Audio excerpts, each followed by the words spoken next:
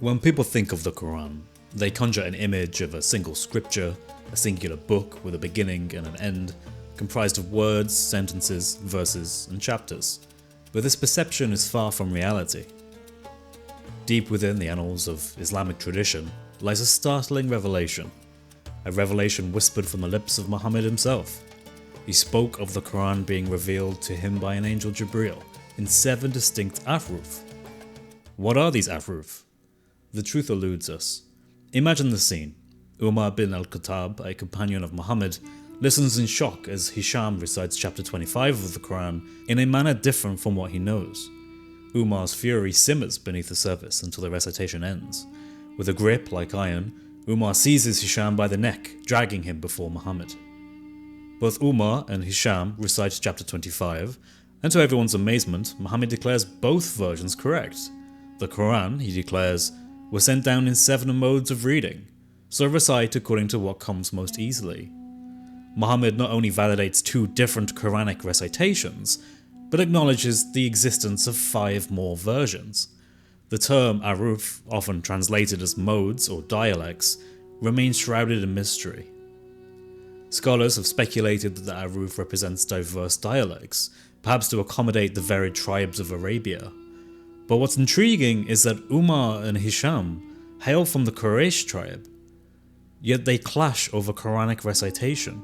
These discrepancies hint at something more profound than mere dialectical differences.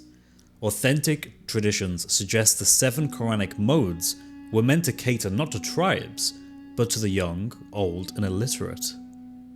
Now imagine a Quran composed of multiple recitations, potentially varying with every verse. But where are these 7 modes? Do they still exist? The scholars of Islam remain clueless. With Muhammad's demise, the legacy of 7 conflicting Quran modes endures. Different companions know specific modes, unaware of others. Enter Uthman's grand undertaking, the Uthmanic Recension. Just 2 decades after Muhammad's death, Uthman faces a crisis. Arguments over Quranic recitation erupt across the Islamic Empire. Hudayfa's plea to Uthman echoes through time. Save this nation before they differ about the Quran as Jews and Christians did before. Uthman springs into action, assembling a team of scribes to compile the Quran. He unearths previous Quran copies, along with numerous Quranic materials, the story tells us, including Abu Bakr's Quran hidden under Hafsa's pillow. Anticipating discrepancies, Uthman instructs his scribes, in case you disagree on any point in the Quran, then write it in the dialect of Quraysh. The Quran was revealed in their tongue. And so Uthman's Quran is born, sent to every corner of the Islamic Empire. But what of the Quranic materials he used? He burns them. Even the Abu Bakr copy of the Quran is not allowed to exist.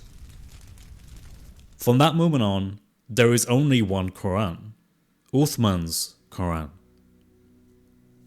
But what happened to the 7 Quran modes? Did Uthman erase them unknowingly or deliberately? The mystery continues unsolved even today. Did Uthman finally unite Muslims under a single Quran and end the intense infighting over what the true Quran was? No. Uthman had made a huge mistake in his copying process. You see, the Arabic that was used at the time of Uthman and Muhammad was very primitive. The area of Arabia Muhammad grew up in wasn't literate. They relied upon oral traditions and poetry rather than writings. Because of this, there was no fully developed written Arabic. Instead, there was only a partially written Arabic that lacked diacritical marks to distinguish certain letters from other letters. This is the Arabic Uthman wrote his Quran with. When this Quran was copied and sent to different regions, there were questions by the Muslim clerics as to how exactly certain parts are supposed to be recited. Uthman had built into his Quran ambiguity, and from the earliest times of Muslims using the Uthmanic Quran, Muslim clerics disagreed on how certain parts should be pronounced, and this pronunciation changed the meaning of the recitation. According to scholar Dr. Yasir Qadhi in his book An Introduction to the Sciences of the Quran, The scholars of the succeeding generations started compiling works on the different Qur'ans that were present in their times. Ibn Salam compiled 25 different Qur'ans. More and more Qur'ans were being found, Qur'ans being used in mosques during prayers, each with different words being recited. So how did Muslim scholars solve the exploding multiplication of Qur'ans over the following 300 years after Muhammad's death? To save face when discussing the known Qur'an variants, they referred to them as Qira'at, an Arabic word meaning reading. Scholars started referring to the Qur'an variants in different regions not as new Qur'ans, but as new readings. The problem was that these readings are not all the same. Some had terrible Arabic and didn't even make grammatical sense. Some were not even using Uthman's Qur'an.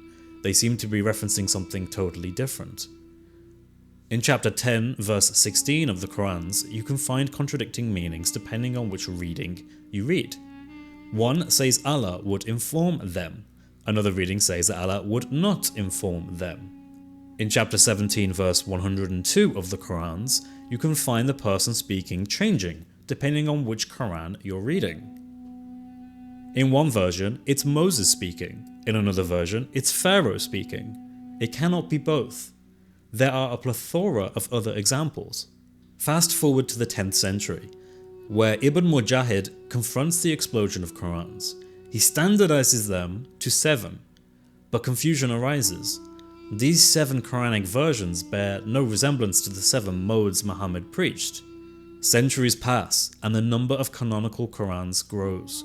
Ibn al-Jazari adds 3 more, establishing rules for acceptance, but controversy reigns, especially with Ibn al-Jazari's refusal to accept the concept of mass transmission. Now Islam boasts 10 canonical Arabic Qur'ans, each with its own meaning. Yet many cling to the belief of a single Qur'an, perfectly preserved, letter for letter, dot for dot, a belief born from the efforts of Al-Azhar University in Cairo in 1924. But the truth remains veiled in the mists of time, a tale of lost recitations, conflicting readings, and the eternal quest for unity amongst diversity.